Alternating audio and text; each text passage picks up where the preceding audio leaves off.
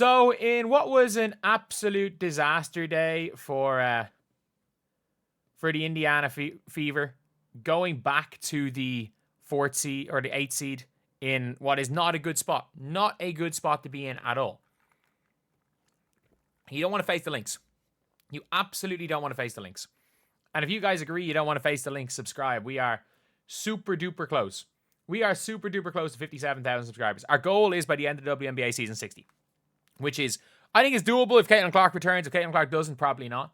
But our goal is 60k. If we can get to 57k, that would be absolutely insane. But yeah, it's a weird one when it comes to these players. Like they are absolutely the Iowa crew, and it seems like whenever they show up, Kate Martin gets the better of the Fever. And Kate Martin she had 10 points, I think. Am I right in saying Kate Martin had 10 points with only attempting 1 2-point shot? Kate Martin is the funniest basketball player ever. She can't score inside the 3-point line. It's hilarious. But she is money. Yeah, she had 10 points off three 3-pointers and a 4-point play. But yeah, you got Jada Gyamfi. No Monica Zanano there this time. But it's good to see, the Iowa players there. They were there for All-Star Weekend where Caitlin didn't play. It just seems like it's cursed. It seems like it's cursed. If Lisa Bluter's there, it seems like it's cursed. If Gabby Marshall's there, it seems like it's cursed. Heck, when Kate Martin is in the building, it seems like Caitlin Clark can't win a game. It seems like she can't win a game. Like, we all talk about, like, the Kate voodoo and everything. In my opinion, it is the Kate Martin voodoo. It is the Kate Martin voodoo. Because, like, when Kate Martin's there, the Indiana Fever genuinely just cannot win. They cannot win. And yeah, it's a tough one. It is a tough one to see. Hope to keep that bond for 50 years. No words can explain. Okay. Neither of you two wore a Fever jersey. Why do they wear a Fever jersey? Kate Martin's playing, Caitlin's not. I mean that. Why would they wear a Fever jersey? The core four didn't realize that Gabby is 25. Thought she was CC and Kate's age. Kate's 25. Kate Martin's 25. What are we talking about? Gabby Marshall. Kate Martin. Gabby's younger than Kate. Kate was a 6th-year senior. Like, I'm pretty sure Kate was in the same freshman class as Sanano. Gabby Marshall was a super senior. I think, if I'm not mistaken, Kate was a 6th-year senior. But, like, we're looking at this as like I have to say, Gabby Marshall has probably reached, am I right in saying she's studying to be an occupational therapist? She is absolutely one of the most famous occupational therapists there is, to be honest. And Jada Gyamfi just there for vibes.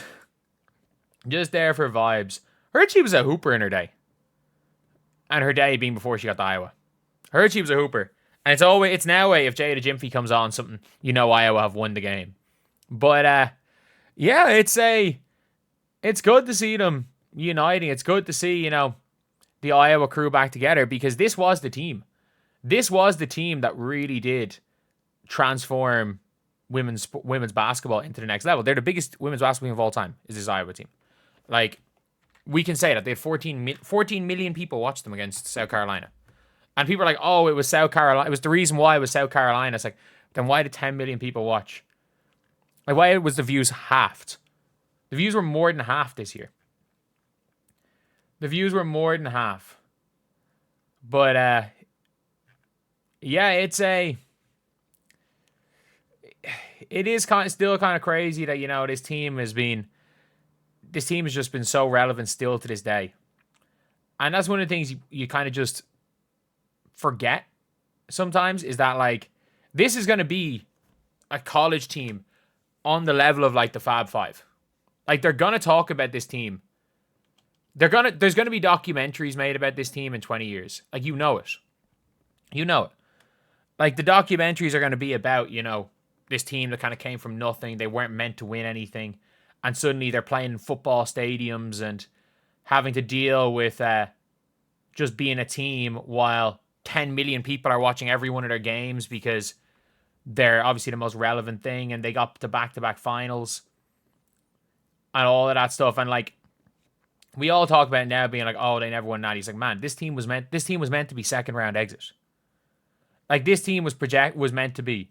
This team was never meant to even be near making a Final Four. This team was meant to be like, if this team makes an Elite Eight during 4 years of Caitlin Clark, it's been an incredible success. It's been an incredible success. Like, had Meg Gustafson been there as well, then maybe we're talking something different. Meg, Sanano, young Caitlin, but Meg left 2 years earlier. But yeah, it's a good one to see, because at least we got to look at some positives. We got to look at some positives, you know, when the Indiana Fever just got cooked by the Valkyries in a Steph White disaster class. And look, I give Steph White a lot of credit for stuff this season, but like, she's won the Indiana Fever a lot of games. She's lost the Fever a lot of games. It's better than Christie. I don't know if it's better than Christie Sides, who just decided midway through the season to just stop coaching. But it's definitely not an ideal scenario with that. But look, we're taking something from this. Like, in Gabby Marshall, like, she's not that undersized. She's like 5'9". She can still play defense and she can hit shots. Can we just try sign Gabby Marshall? Convince her to play 1 year? Like, if I'm not mistaken, was Kat Westbeld not... Was she not... Did she not take a while off to work a desk job? She stopped playing basketball for 2 years. I think she was just working in an office. So, like, if Kat Westbeld can come back and, like, you know, start for the Phoenix Mercury and give you 7 points a game, why not?